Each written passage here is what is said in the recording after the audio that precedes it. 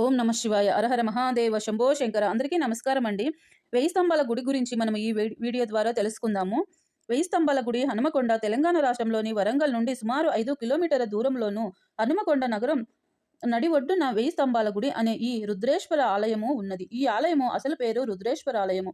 ఈ ఆలయము అనుకోని విడిగా ఒక కళ్యాణ మండపము ఉంది. ఆ మండపంలో 1000 స్తంభాలు ఉన్నాయి. అందువల్ల అసలు గుడికే 1000 స్తంభాల గుడి అనే పేరు స్థానకమయ్యింది.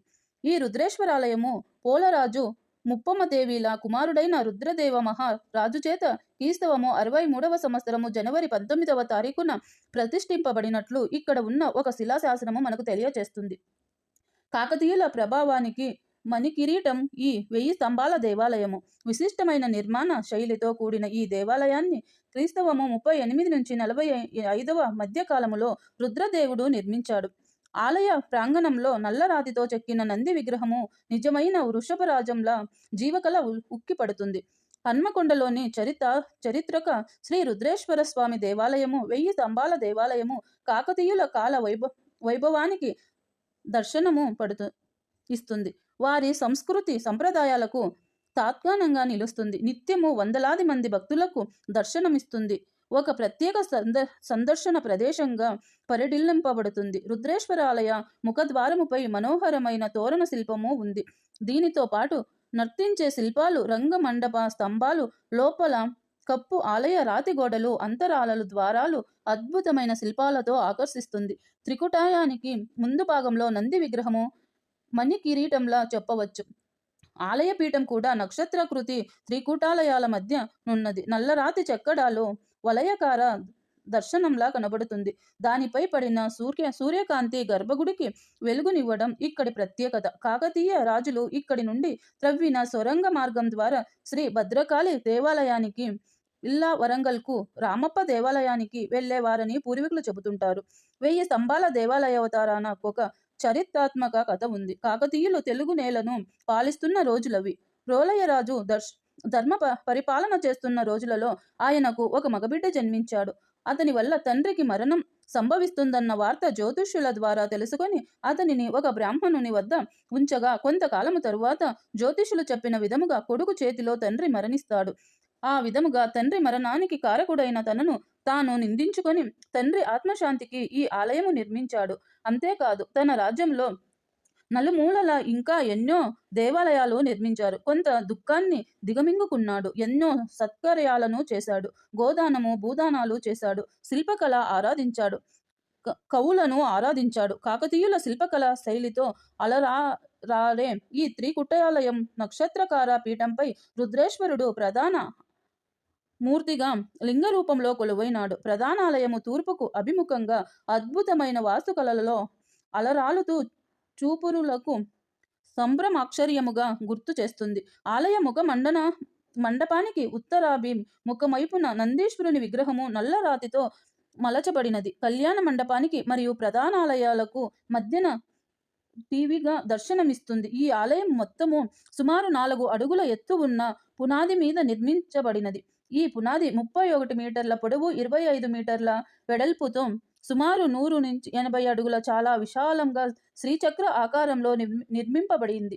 ఈ ఆలయము నిర్మాణ శైలి కూడా మరెక్కడా లేని విధంగా ఉంటుంది.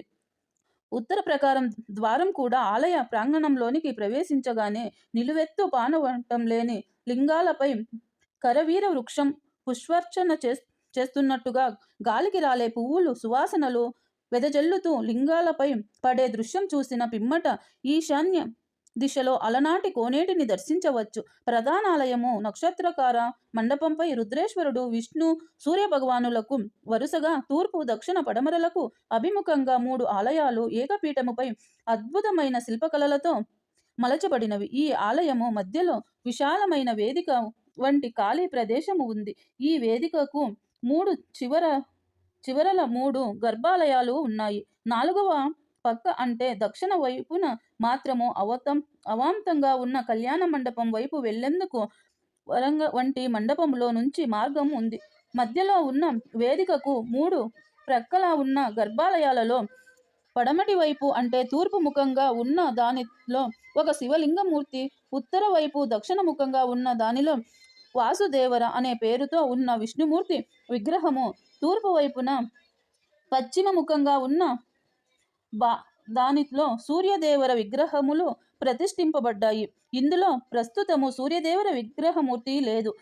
ఇలా ఒకే వేదిక మీద ముగ్గురు దేవతామూర్తులకు విడివిడిగా గర్భగుళ్ళు ఉండేటట్లు నిర్మించడము అపూర్వం. ఈ రకమైన నిర్మాణ త్రికూటాలయము అంటారు. అంటే 3 కుటములు నివాసములు కలది అని అర్థము చెప్పుకోవచ్చు. గర్భగుడిలో ఉన్న రుద్రేశ్వర లింగ విగ్రహమూర్తి, ఈ మూర్తి మొత్తము 1.22 మీటర్లు, సుమారు 48 అంగుళములు ఎత్తుతో ఒక తేజస్సుతో వెలిగిపోతూ ఉన్నట్లు అనిపిస్తుంది. 3 గర్భాలయాలకు ఉన్న ద్వార బంధాలు అద్భుత దృశ్యం. సాధారణముగా ఏ ద్వారబంధమైనా దాని పక్కన ఉన్న గోడలోకి తూర్చి బిగించబడి ఉంటుంది. కానీ ఇక్కడ ద్వారబంధము గోడ కంటే 1 అడుగు ముందుకు ఉంటుంది. అంటే గోడకు అంటకుండా ద్వారబంధాన్ని ఒకదాన్ని విడిగా నిలబెట్టినట్లు ఉంటుంది. సుమారు 16 అడుగుల ఎత్తున 12 అడుగుల వెడల్పు ఉండే ఈ ద్వారబంధము మొత్తము ఒకే రాతి పలకం. ఇంత పెద్ద శిలా పలకాన్ని గోడకు అంటకుండా నిలబడి ఉండేటట్లు అమర్చబడి చెక్కిన శిల్పాలు నైపుణ్యం అమోఘం. మహాశివరాత్రి, కార్తీక పౌర్ణమి, గణేష నవరాత్రుల్లో భక్తుల రద్దీ అధికంగా ఉంటుంది. మహాశివరాత్రి, కార్తీక పౌర్ణమి పర్వదినాలలో భక్తులు ఎక్కువ సంఖ్యలో రుద్రేశ్వరుణ్ణి దర్శిస్తారు. మహాన్యాస పూర్వక రుద్రాభిషేకాలు, బిల్పార్చనలు, శతసహస్ర దీపాలంకనాలు, అన్న రాశితో జరిగే ప్రత్యేక అలంకరణాలతో అలరాలే రుద్రేశ్వర స్వామిని భక్తి శ్రద్ధలతో భక్తులు దర్శించి తరిస్తారు.